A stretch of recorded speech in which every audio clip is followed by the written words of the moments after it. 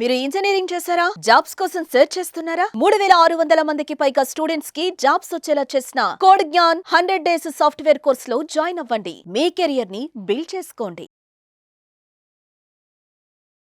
నమస్కారం సార్. నమస్తే. భర్త ఉద్యోగం చెయ్యాలి అని చెప్తూ ఉంటారు. ఈ మధ్య కాలంలో మనం చూస్తే టైంతో సంబంధం లేకుండా కష్టపడుతూ ఉంటారు. అలా భర్త ఉద్యోగంలో కష్టపడి తిరిగి ఇంటికి రాగానే భార్య నుంచి కావచ్చు, ఇంట్లో పిల్లల నుంచి కావచ్చు, ఏం ఎక్స్పెక్ట్ చేస్తారు? చాలా ఇంపార్టెంట్ ఇది. ఈ రోజుల్లో కొంచెం తక్కువ దీని ప్రిఫరెన్స్, ఎందుకంటే ఇద్దరూ వర్కింగ్ చేస్తుంటారు.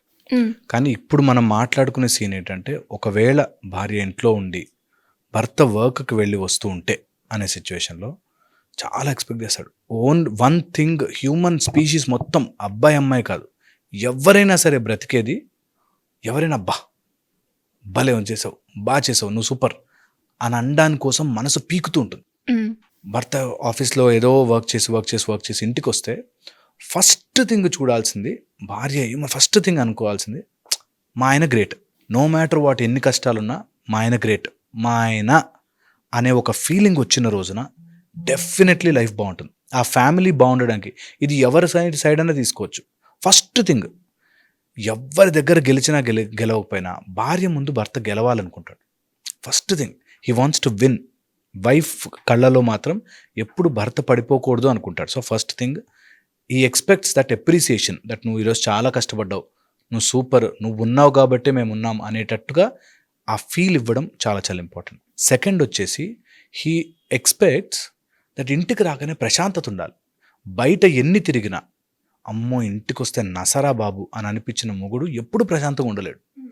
ఓకే, చాలామంది నాకు వీడియోలో కమెంట్లు పెడుతూ, మరి ఆడవాళ్ళు అలా ఉంటే మగవాళ్ళు ఇలా ఉంటే, నేను చెప్తుంది ఇన్ జనరల్ లాజిక్లో. ఓకే, చాలా ఇంపార్టెంట్ దట్ ఇంటికి రాగానే పీస్ ఆఫ్ మైండ్ ఉండాలి.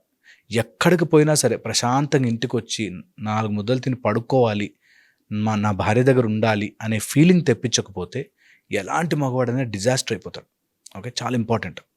థర్డ్ వచ్చేసి, తన కోసం తన భార్య ఉంది అనే ఫీల్ చాలా చాలా ముఖ్యం.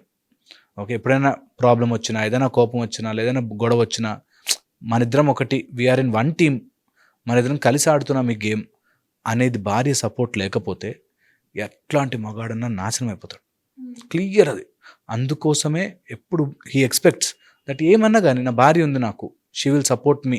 నేను ఎవరికన్నా ఏదైనా ఇంటికి వచ్చి నేను అట్లా చేసిన, ఉద్యోగం ఇట్లా చేసిన అని పేకినా నా భార్య వింటుంది, నా భార్య నన్ను సపోర్ట్ చేస్తుంది అనేది చాలా చాలా ముఖ్యమైనది. And fourth, the most important thing వీటన్నిటిలోకి, ఇంటికి రాగానే ఇంత అన్నం వండి పెట్టడం, వాడి ఆకలి చూడడం.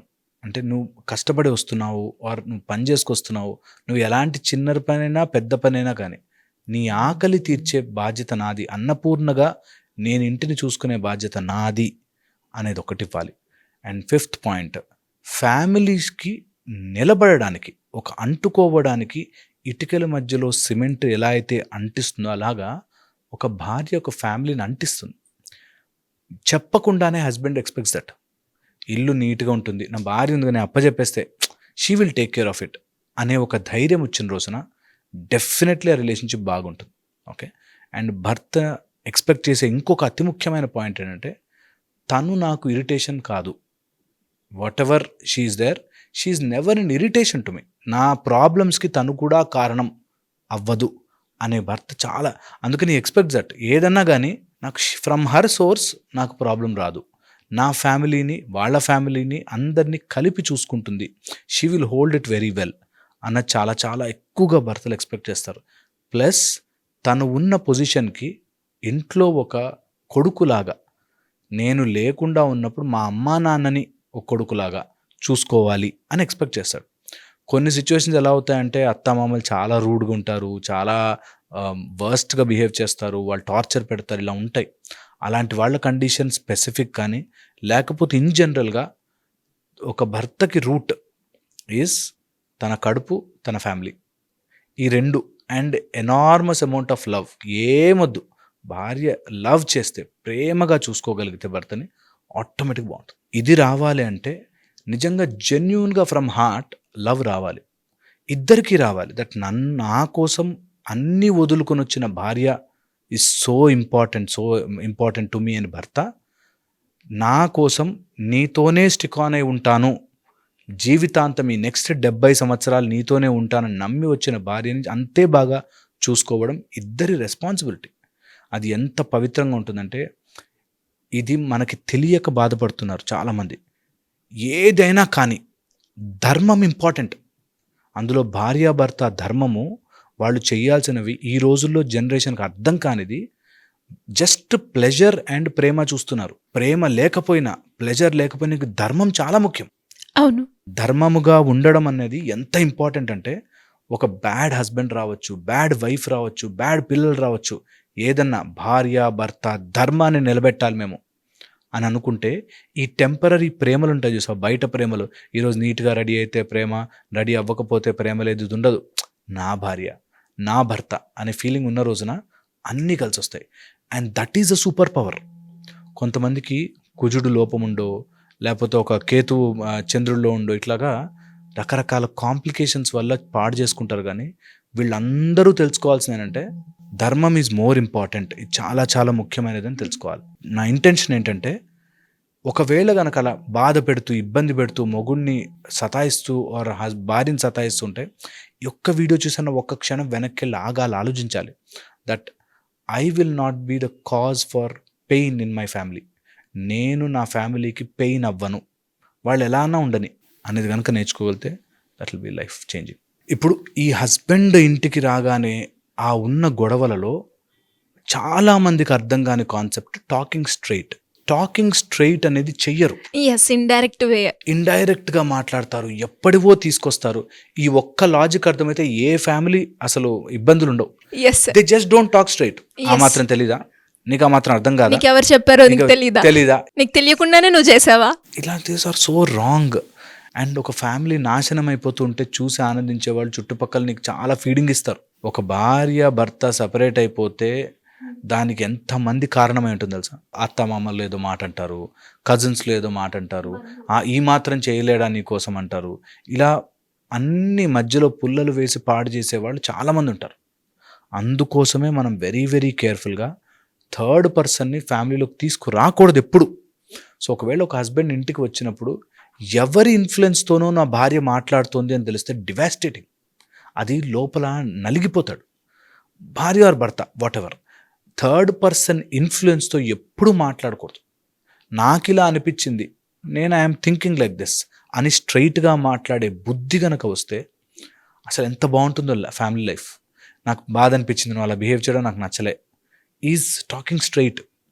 అప్పుడు కూడా ఇలాగే చేసావు తెలుసా నువ్వు. ఆ రోజు మరి మీ ఇంటికి వెళ్ళినప్పుడు అవన్నీ సో నాన్ సెన్స్. ఎప్పుడు జరగకూడదు.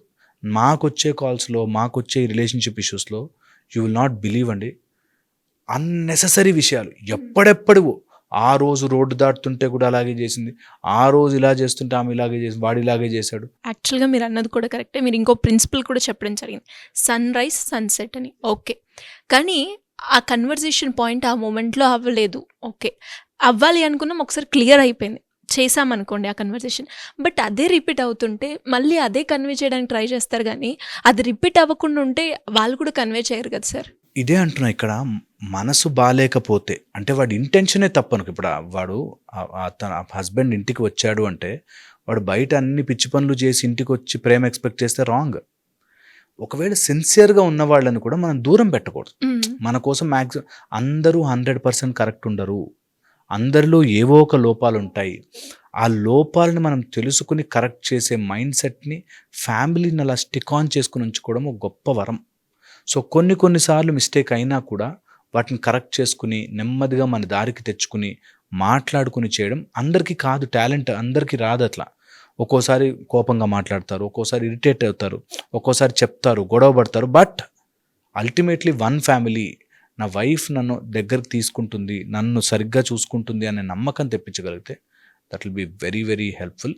ఇది ఎందుకు చెప్తున్నానంటే, మన దగ్గరకు వచ్చేవాళ్ళు 99% అత్తేదో అంది, మామేదో అంది, అప్పుడేదో ఇవ్వలే, ఇప్పుడేదో ఇవ్వలే, అందుకని నేను ముందు నుంచి ఎప్పుడో, ఇప్పుడు గొడవ ఉండదు అసలు. ఇప్పుడు సీన్ ఏంటి, ఇప్పుడు ఏం చేయాలి ఉండదు, అప్పుడెప్పుడో జరిగింది అనే దాంట్లో ఉంటారు. సో ఎప్పుడో విషయాలు తీసుకురావద్దు. Talk straight to the head, face to face మాట్లాడడం నేర్చుకోవాలి. ఎవడు మాట్లాడిపోయినా వైఫ్ అండ్ హస్బెండ్ అయితే మాట్లాడుకోవాలి. వైఫ్ అండ్ హస్బెండ్ ఎప్పుడు లోపలికి వెళ్ళడం, డోర్ వేసుకొని మాట్లాడుకోవాలి, అన్నీ చెప్పుకోవాలి, మాట్లాడుకోవాలి, ఇట్లా ఉంది అట్లా ఉందని చెప్పుకోవాలి, బయటకు నీట్గా ఏ గొడవ లేకుండా కళ్ళు తుడుచుకుని రావాలి. అండ్ అక్కడితో అయిపోయింది గొడవ. That should be the relationship యొక్క గొప్పతనం. అది ఎన్నున్నా సరే. అండ్ అది మనం చేస్తాం తెలుసా, ఇలా గొడవలు ఉంటే బయట ఎవరో కొంచెం చూపించలేని సగం ప్రేమ చూపిస్తాడు, దాంతో అతను ఎంత మంచిగా ఉన్నాడు చూడు, నువ్వు ఎలా ఉన్నావో చూడు అనేటట్టుగా రాంగ్ దారి పడతారు. So should never enter into such things. Be very very careful. చాలా చాలా important. Thank you sir, thank you so much. Suman టీవీలో మీ పర్సనల్ అండ్ బిజినెస్ ప్రమోషన్స్ కోసం కింది నెంబర్కి కాంటాక్ట్ చేయండి.